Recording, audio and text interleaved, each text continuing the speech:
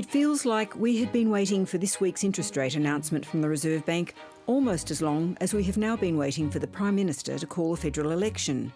But one bit of news providing something of a reality check on politics this week was a YouGov poll predicting Peter Dutton winning more seats than Labor, but that neither major party would have a majority of 76 seats in their own right.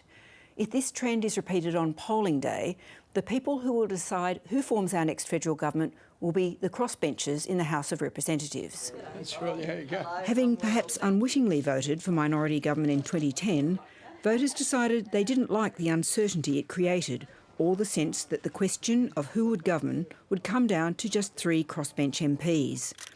Voters have now become used to seeing the much larger group of independent MPs, which includes the group known as the Teals, for whom they voted in 2022. But the incumbent MPs are only part of this story at this election. There is a record field of 35 well-resourced candidates, backed by the Climate 200 group, who are not just standing in inner suburban seats in Sydney, Melbourne and Perth, but seats right across the country. They are not just targeting coalition seats, but Labor ones too. The local campaigns don't just encompass the issues of climate change, political integrity and treatment of women, highlighted by the so-called Teals in 2022. But the anti-salmon farming cause being championed by former journalist Peter George in Tasmania against Labor Minister Julie Collins, to Nicolette Buller in the Sydney seat of Bradfield, held by the Liberals for 75 years, who is running on cost of living issues and local representation.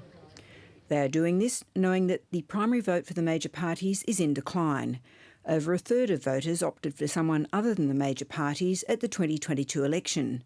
There will be a lot for the independents to consider if they have to determine who they will support to form government.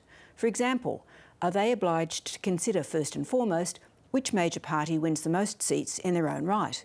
The YouGov poll suggests that will be Peter Dutton's LNP coalition with 73 seats to Labor's 66.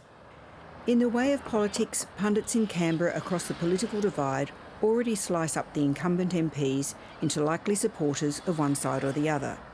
And the parties are also making some presumptions about whose support they may get. The Green Teals will only ever support a Labor government. You have a range of independents occupying seats that historically have been held by the coalition. Despite what Peter Dutton might say, and I do enjoy a bit of fiction, I have never ruled in or out the possibility of working with any of my colleagues across the political spectrum. If it does come to a minority government after the next election, I will be guided by my conscience and by the people of Keong.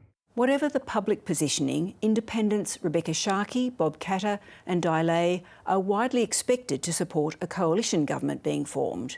That would give Peter Dutton the necessary 76 seats, though he would also need to find a Speaker for the House of Representatives. Like Monique Ryan, Allegra Spender has not ruled out supporting the coalition.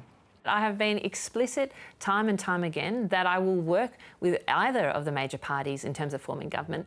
A tricky question for MPs like Ryan and Spender is that their traditionally Liberal electorates may have abandoned the party at the last election and may do so again, but they might still expect their MP to support the coalition if push comes to shove.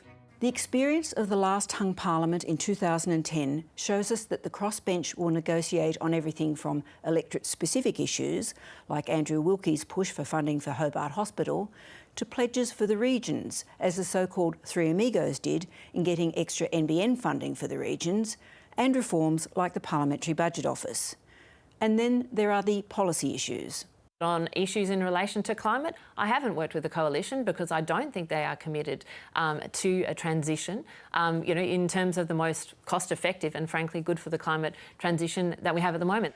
Climate policy in particular has been a major cause for the independents in Parliament, and it is hard to see where there can be an accommodation with the coalition if the numbers prove that their support is needed to form government.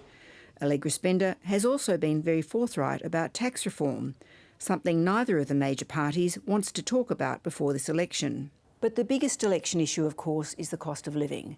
And this is where we now see a big divide between Labor and the coalition. The government is widely expected to announce new cost of living measures before polling day. While those holding the Treasury purse strings will be nervous about what this means for the budget bottom line, The coalition to date has been making a virtue of not offering lots of cost of living support, arguing government spending only increases inflation and therefore keeps interest rates higher.